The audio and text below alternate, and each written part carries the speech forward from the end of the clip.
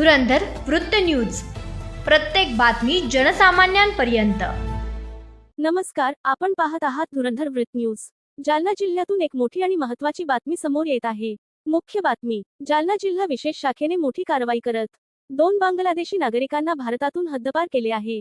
बेकायदेशीररित्या भारतात वास्तव करणाऱ्या या 2 बांगलादेशी नागरिकांवर जालना पोलिसांनी कायदेशीर कारवाई करत त्यांना पश्चिम बंगाल बॉर्डरवरून बांगलादेशात परत पाठवले आहे। सविस्तर माहिती, हद्दपार करण्यात आलेल्या बांगलादेशी नागरिकांची नावे: इंदार हुसेन मोहम्मद उली अहमद उर्फ सिप्पन वय 26 वर्षे, हुमायून कबीर मोहम्मद उली अहमद वय 40 वर्षे।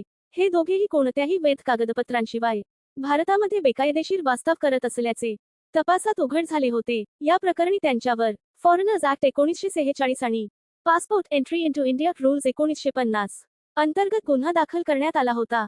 न्यायालयीन प्रक्रिया: न्यायालयाने संबंधित गुन्ह्यात दोष सिद्ध झाल्यानंतर शिक्षा सुनावली होती। शिक्षा पूर्ण झाल्यानंतर केंद्र सरकारच्या निर्देशानुसार जालना जिल्हा विशेष शाखेने BSFच्या सहकार्याने दोन्ही बांगलादेशी नागरिकांना पश्चिम बंगाल येथील बॉर्डरवरून दिनांक 28 डिसेंबर 2025 रोजी बांगलादेशात हस्तांतरित केले आहे। पोलिसांची भूमिका: ही संपूर्ण कारवाई जालना पोलीस अधीक्षकांच्या मार्गदर्शनाखाली जिल्हा विशेष शाखा जालना आणि BSFच्या संयुक्त पथकाने यशस्वीरित्या पार पाडली आहे। शेवट आउट्रो: परकीय नागरिकांनी बेकायदेशीररित्या भारतामध्ये वास्तव केल्यास कठोर कारवाई केली जाईल, असा इशारा पोलीस प्रशासनाने दिला आहे।